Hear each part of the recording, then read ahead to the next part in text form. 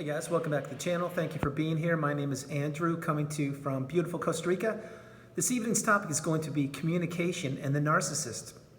Think about that for a minute. If you like the content, please subscribe.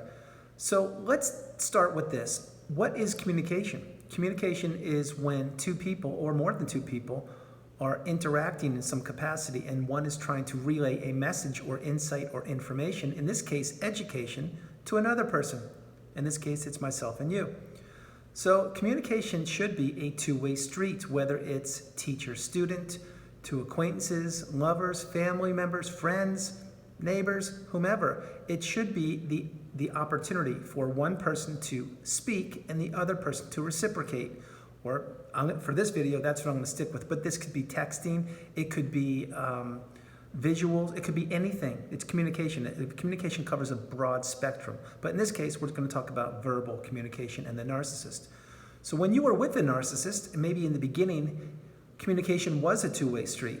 And what it entailed was you discussing what you want to do, and they would reciprocate and go back and forth. Most of the times, and from my experience, what it would be is the narcissist would be asking you a lot of questions and trying to understand you and what makes you tick and figure out how to manipulate you later on down the road. But that's for a whole different video. Communication with a narcissist, the longer it goes on, the less it becomes a two-way street. You see, it morphs into a one-way street, which benefits one person. That's right, the narcissist. This is in the workplace, like I say, neighbors, spouses, significant others, whomever. If you really pay attention and think about your relationship with the narcissist, of course, at the time you did not know they were a narcissist, but you do now, you will understand and you will probably agree with what I'm saying, that the communication became less and less as the days went by. The discussions of serious topics that perhaps you wanted to address, such as how you're feeling, what you're doing, your insights, your dreams, your aspirations, what your plans are, things like that. Or maybe these kind of things with the family or with longer term goals, things like this. You will find, if you're honest, that they shrunk, they dwindled, they depreciated. You got to a point where communication overall with the narcissist was literally a one-way street that benefited them, meaning the narcissist would invalidate your thoughts, your opinions, your views, your concepts, your ideas, your dreams, your aspirations, your goals. Number two, they probably at times wouldn't even listen to you. They sincerely wouldn't. Maybe they would be in the same room with you. Maybe they would be rolling their eyes. Maybe they would be on one of their 3 cell phones. Maybe they would be doing their nails. Maybe they would be doing something else as if to invalidate what your communication was. A prime example of that would be this. Let's say you have plans to talk with the narcissist. Number one, why would you have to have plans with any healthy human being? There just shouldn't be plans. It should be a natural flow of communication, give and take, reciprocated by both parties. That's exactly how healthy communication is. But for this example, let's say that you were with the narcissist and you had to set up some time. Hey, let's discuss something tonight at 6 o'clock. I think it's a good idea. And why would you do that? You're probably saying the reason you would do that is because the narcissist has been avoiding discussing things with you for probably a long period of time. So you finally nail down the time. It's 6 o'clock. And then, sure enough, you're ready to communicate whatever it was. Let's say it's vacation plans, hypothetically. The narcissist would be there, they'd be ready, all set, and you're like, this is great. I'm gonna get my moment, I'm gonna get some time to tell them exactly what I'm thinking, what I want, or what we want to do going forward. And boom, there's a text. Or boom, I have to make dinner. Or boom, I forgot to go to the store. Or boom, oh, I have something I forgot about. Or I left something at the office. A litany of things. But here's another one, here's a smaller one. It still counts as the same though. Oh, I have to make dinner, so let's discuss things while I'm making dinner. So what you found yourself doing, or find yourself doing, is this. You're communicating through dinner, which means that what the priority is to make dinner, and your communication comes secondary, maybe even down the line lower than that. But these are real examples, if you think about it. Were you ever able to communicate, once the relationship was established and you were well in the relationship, were you ever able to communicate fully what you wanted? Were you ever heard? Were opinions ever expressed back to you other than you're so sensitive, or why are we talking about this again, or didn't we already discuss this, or I have something to do, or can't we just do this some other time?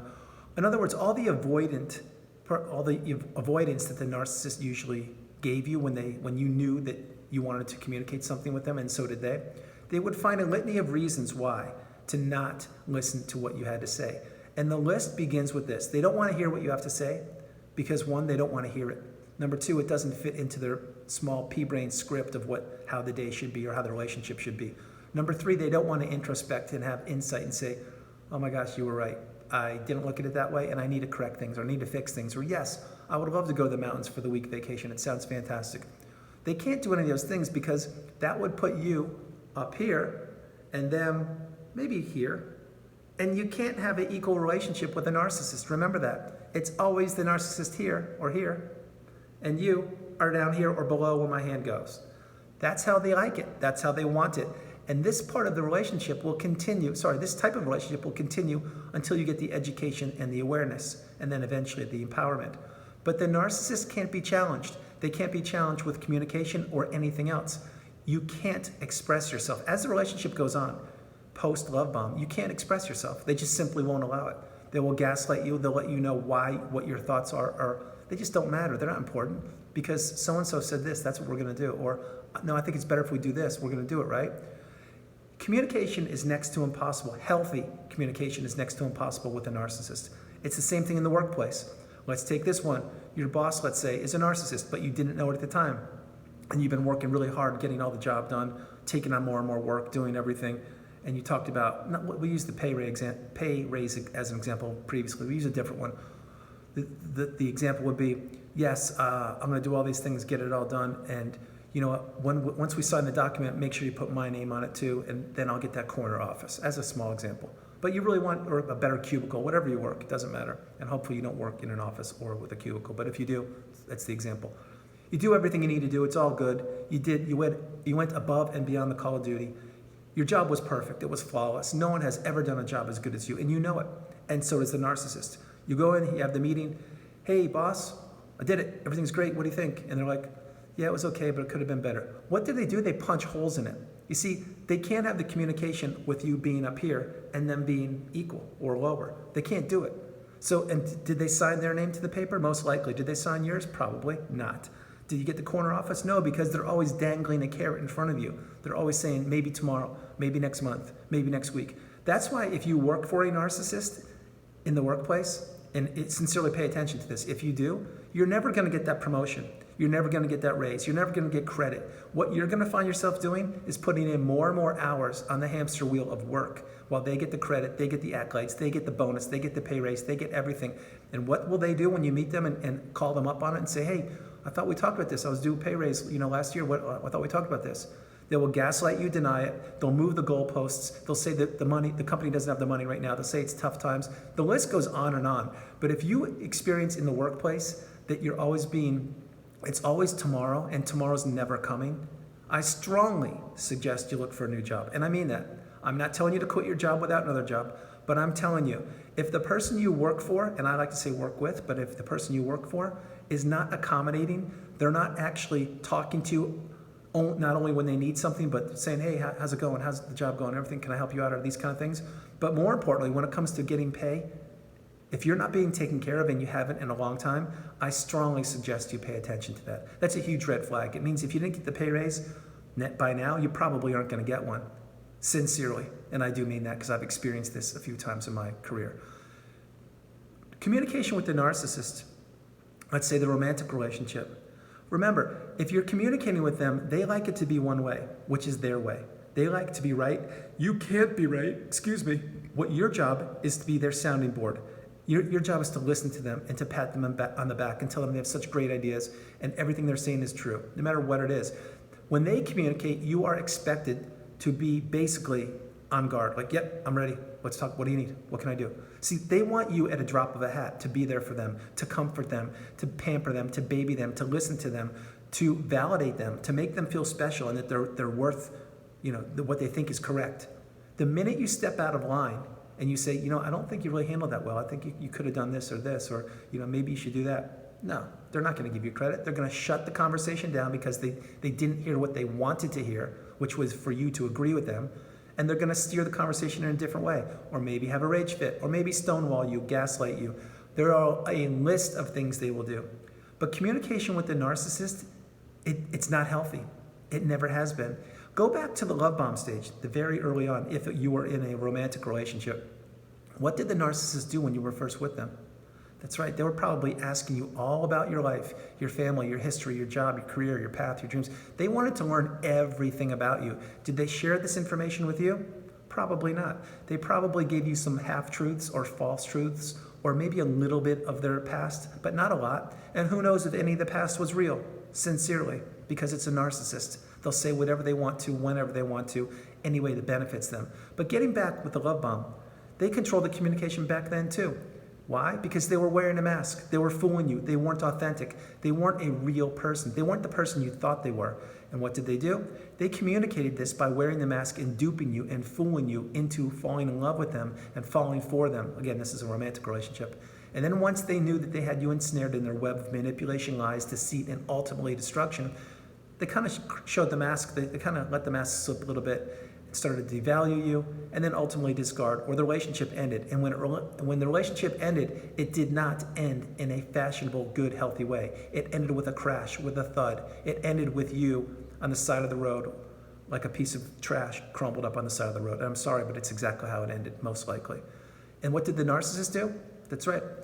They fine-tuned their communication skills again, found new supply, and right now as we talk, that's what they probably are doing. Fooling other people, other sources of supply, or other love interests, whomever. The whole idea of this is communication in the narcissist, it's A, non-existent, B, it's not productive, C, it's not healthy, and D, you will find yourself after trying to vocalize in any communication with the narcissist, if you're not trying to have a heart-to-heart and let them know exactly where you're coming from or what you want or what you're thinking or how you're feeling, they sincerely will tune you out. They're not going to be there. They won't. They will invalidate you, which again is a test to see if you'll put up with their nonsense and tolerate it. And when you're in the fog, when you're in the relationship and you don't know what you're dealing with, of course you're going to tolerate it. You're going to put up with it. You're going to leave that conversation saying, did I get my point across? Like, how do I feel? Do I feel good about it? And sincerely, there will be times you trick yourself into saying, yeah, I think I did okay.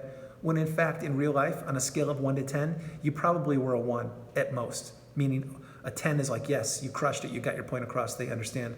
You probably were left with a 1 because they most likely weren't listening to you, B, didn't care, and C, reframed everything you said so it fit what they wanted. It fit their narrative.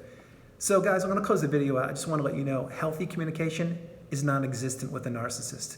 And that you understand this. If you've experienced narcissism with the workplace, romantic interest, whomever, brother, sister, it doesn't really matter. But if you can't have a two-way street, meaning one's here, and you're just going back and forth like a tennis match and discussing things properly until you have a resolution, or at least until you grow and you understand where each other are coming from, that will never change. It will never improve. It will never get better. It takes two people to want to improve, two people to want to be going on the same path, two people that want to be headed in the same direction. More importantly, it takes two people that want to share each other's best interest at heart. When you're with a narcissist, again, the narcissistic relationship benefits one person, and it's the narcissist. That's it. It doesn't benefit you. It never has. It never will. So guys, I hope you liked the video. I loved doing it from beautiful Costa Rica. This is Andrew. Namaste. Have a great evening. Be blessed. Stay strong. Remember, if you're communicating with somebody and it's a one-way street frequently, I'm not saying they're a narcissist. What I am saying is it doesn't benefit you, and you're going to find yourself really frustrated. Don't give them your energy. Don't give them your time. Go gray rock if you need to. Remove them from your life, whatever you have to do. But a healthy relationship involves communication from two different people, understanding where each other are coming from and where each other wants to be. That's how it goes. I love you all. God bless you. Have a great evening, and I'll talk to you guys in the morning. All right. Bye-bye. Stay strong. I love you. Bye.